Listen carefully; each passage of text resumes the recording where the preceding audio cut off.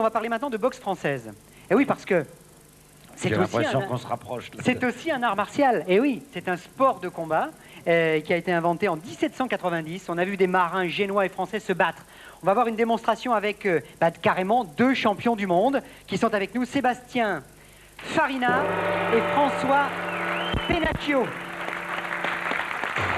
En bagarre de rue, j'ai l'impression que c'est un des sports les plus efficaces en bagarre de rue. Entièrement d'accord. Ah bon. Sébastien Farina, champion du monde des super plumes. C'est lui qui est coiffé un petit peu en brosse. Et avec les cheveux un peu frisés, c'est François Pennacchio qui est champion du monde de super léger. Alors la boxe française, donc, je lui disais, ça a commencé par des combats de rue entre des Français et des marins génois en 1790. Le chausson est apparu en 1800. Charles Lecourt, battu par un boxeur anglais en 1832, c'est un Français. Il s'est dit, il n'y a pas de raison que je finisse comme ça. Il a pris des leçons et il s'est servi de ses pieds. C'est en vrai la naissance de la boxe française. Joseph Charlemont, ensuite un communard, en 1871, a codifié les mouvements de boxe française, c'est-à-dire l'utilisation, comme vous le voyez, pour le haut de la boxe anglaise avec les poings, et en bas de la savate.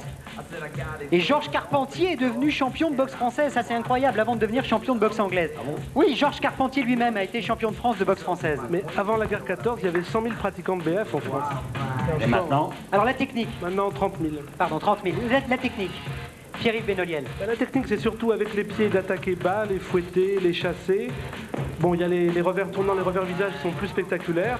Et avec les poings, de frapper au visage, tout le vieil adage des arts martiaux. Avec les jambes, on attaque dans les jambes, et avec les poings, on attaque au visage. C'est ça l'efficacité, en fait. pour un Béotien, encore une question idiote. Quels sont les interdits? Parce que quand on voit un combat, bon là je vois que c'est surtout une démonstration, quand on voit un combat, on a l'impression qu'ils peuvent faire ce qu'ils veulent, quoi. C'est de se servir de tout, n'importe comment. Alors quels sont les interdits? Ils n'ont pas le droit de frapper au parti, ils portent une coquille, ils n'ont pas le droit de cracher, de mordre, de saisir l'adversaire. Non, mais techniquement, ils n'ont pas le droit au coup de pied direct, ils n'ont pas le droit de projeter, Oui, les coups de pied doivent être latéraux. voilà, ou chasser. Ils doivent être armés aussi. C'est quand même, ça peut être quand même très violent hein. Très efficace. Et très efficace. Sébastien Farina, François Pennacchio. Les élèves, ce sont les élèves d'Hervé Bruandet. Merci. Ce sont les élèves d'Hervé Bruandet, voilà. Du Bélier.